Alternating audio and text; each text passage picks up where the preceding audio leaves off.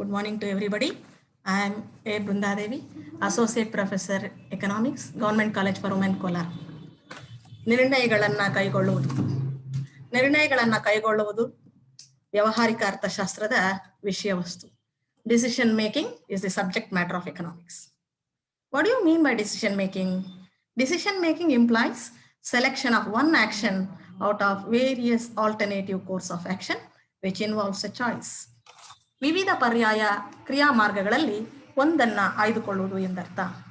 The problem arises because of limited availability of resources.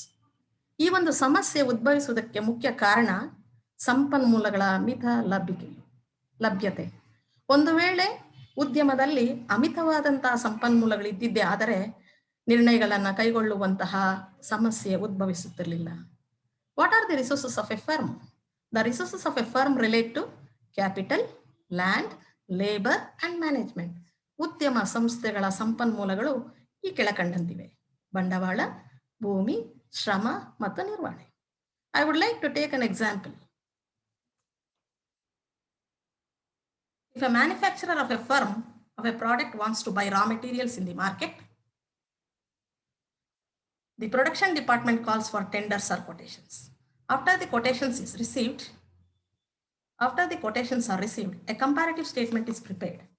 One customer is selected considering the reliability, quality, price, etc. This is called decision making. In simple, we go to a shop to buy a pen. We find several brands of pens in the shop. Out of this, we select one based on our preference. Therefore, selecting one action out of several alternative course of actions which involves the problem of choice is called as decision making. ಉದ್ಯಮದ ಅಭಿವೃದ್ಧಿಯ ದೃಷ್ಟಿಯಿಂದ ಸಮರ್ಪಕವಾದ ಮಾರ್ಗವನ್ನು ಆಯ್ಕೆ ಮಾಡಿಕೊಳ್ಳುವುದು ಅನಿವಾರ್ಯವಾಗಿದೆ. ಉದ್ಯಮದ ವ್ಯವಹಾರದಲ್ಲಿ ಕೈಗೊಳ್ಳುವ ನಿರ್ಣಯಗಳನ್ನು ಈ ಕೆಳಕಂಡಂತೆ ವಿವರಿಸಬಹುದು.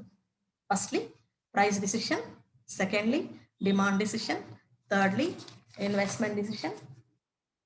Fourthly, advertisement decisions. And fifthly, productive methods. ಮೊದಲಿಗೆ ಬೆಲೆ ನಿರ್ಣಯ. ಬೆಲೆ ಮತ್ತು ಒಂದು ಉದ್ಯಮ ಸಂಸ್ಥೆಗೆ ಇರುವಂತಹ ಸಂಬಂಧ ಏನು? ಉತ್ಪಾದನಾ ವೆಚ್ಚ ಕಡಿಮೆಯಾದರೆ ವಸ್ತುವಿನ ಬೆಲೆಯೂ ಸಹ ಕಡಿಮೆಯಾಗತ್ತೆ, ಬೇಡಿಕೆಯ ಪ್ರಮಾಣ ಹೆಚ್ಚಾಗತ್ತೆ, ಮಾರಾಟ ಅಧಿಕವಾಗಿ ಲಾಭ ಅಧಿಕವಾಗುತ್ತೆ. ಇದಕ್ಕೆ ವಿರುದ್ಧವಾಗಿ ಬೆಲೆ ಕಡಿಮೆಯಾದರೆ ಮಾರಾಟದ ಪ್ರಮಾಣ ಕಡಿಮೆಯಾಗಿ ಉದ್ಯಮಕ್ಕೆ ನಷ್ಟ ಸಂಭವಿಸುತ್ತದೆ. Secondly, demand decision.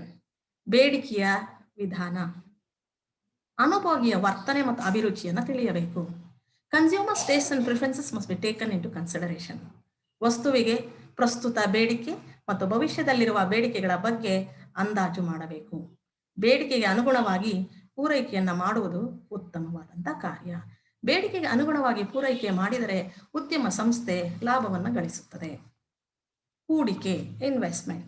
ಉದ್ಯಮಕ್ಕೆ ಯಂತ್ರಗಳು, ಸ್ಥಾವರಗಳು, ಸಾರಿಗೆ, ಕಚ್ಚಾ ವಸ್ತುಗಳು ಮುಂತಾದವುಗಳನ್ನು ಬಂಡವಾಳ ಹೂಡಬೇಕಾಗುತ್ತದೆ.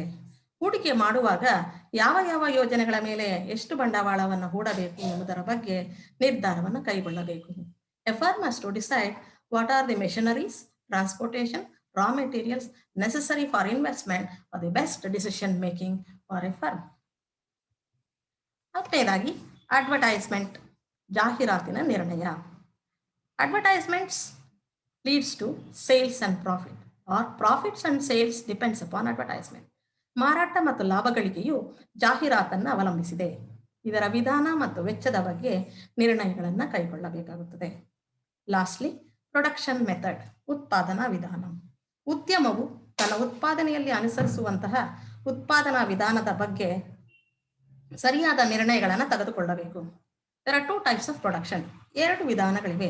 ಒಂದು ಶ್ರಮ ಪ್ರಾಧಾನ್ಯ ವಿಧಾನ, ಎರಡನೇದು ಬಂಡವಾಳ ಪ್ರಾಧಾನ್ಯ ವಿಧಾನ. ಶ್ರಮವನ್ನು ಬಳಸಿ, ಹೆಚ್ಚು ಶ್ರಮವನ್ನು ಬಳಸಿ ಉತ್ಪಾದನೆ ಮಾಡುವಂಥದ್ದು ಶ್ರಮ ಪ್ರಾಧಾನ್ಯ ಉತ್ಪಾದನೆ ಎಂದು ಕರೆಯುತ್ತೇವೆ. ಹೆಚ್ಚು ಬಂಡವಾಳ, ಕಡಿಮೆ ಶ್ರಮವನ್ನು ಬಳಸಿ ಬಂಡವಾಳ ಪ್ರಾಧಾನ್ಯ ಉತ್ಪಾದನೆ ಎಂದು ಕರೆಯುತ್ತೇವೆ. ಉತ್ಪಾದನಾಂಗಗಳ ಲಭ್ಯತೆ ಮತ್ತು ವೆಚ್ಚವನ್ನು ಗಣನೆಗೆ ತೆಗೆದುಕೊಳ್ಳುವುದು ಅತ್ಯಂತ ಅವಶ್ಯಕ. After dealing with this, let us look in to stages of decision making. ನಿರ್ಣಯಗಳನ್ನು ಕೈಗೊಳ್ಳುವಂಥ ಹಂತಗಳು. ನಿರ್ಣಯಗಳನ್ನು ಕೈಗೊಳ್ಳುವಂಥ ಹಂತಗಳನ್ನು 5 ವಿಧಗಳಾಗಿ ತಿಳಿಯಲಾಗಿದೆ. Confirmation of objectives, identifying the problems, identifying alternative solutions, evaluation of alternative ways, implementation of decisions. ಉದ್ದೇಶಗಳನ್ನು ಖಚಿತಪಡಿಸುವುದು ಪ್ರಥಮ ಹಂತ.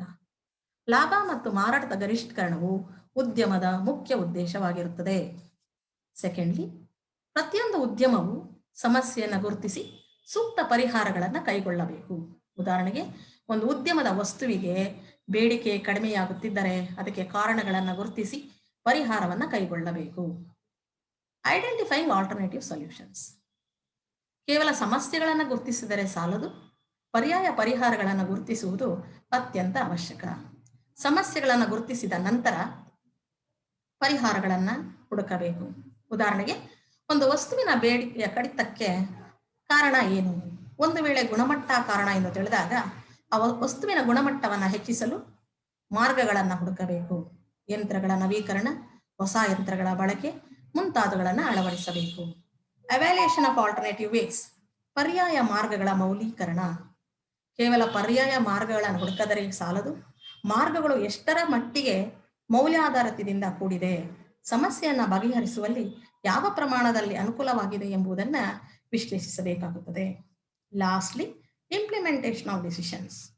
ನಿರ್ಣಯಗಳನ್ನು ಆಚರಣೆಗೆ ತರುವುದು, ಪರ್ಯಾಯ ಮಾರ್ಗಗಳ ಮೌಲ್ಯಮಾಪನ, ನಂತರ ಅದನ್ನು ಅನುಷ್ಠಾನಗೊಳಿಸುವುದು ಅತ್ಯಂತ ಅಗತ್ಯ. Modern business involves uncertainty. Any wrong decision on the part of the business manager may spell disaster to the firm. Market fluctuations, competitive conditions, price controls, import and exports, all these are the uncertainties in the business. Therefore, decision making is the prime criteria of business economics.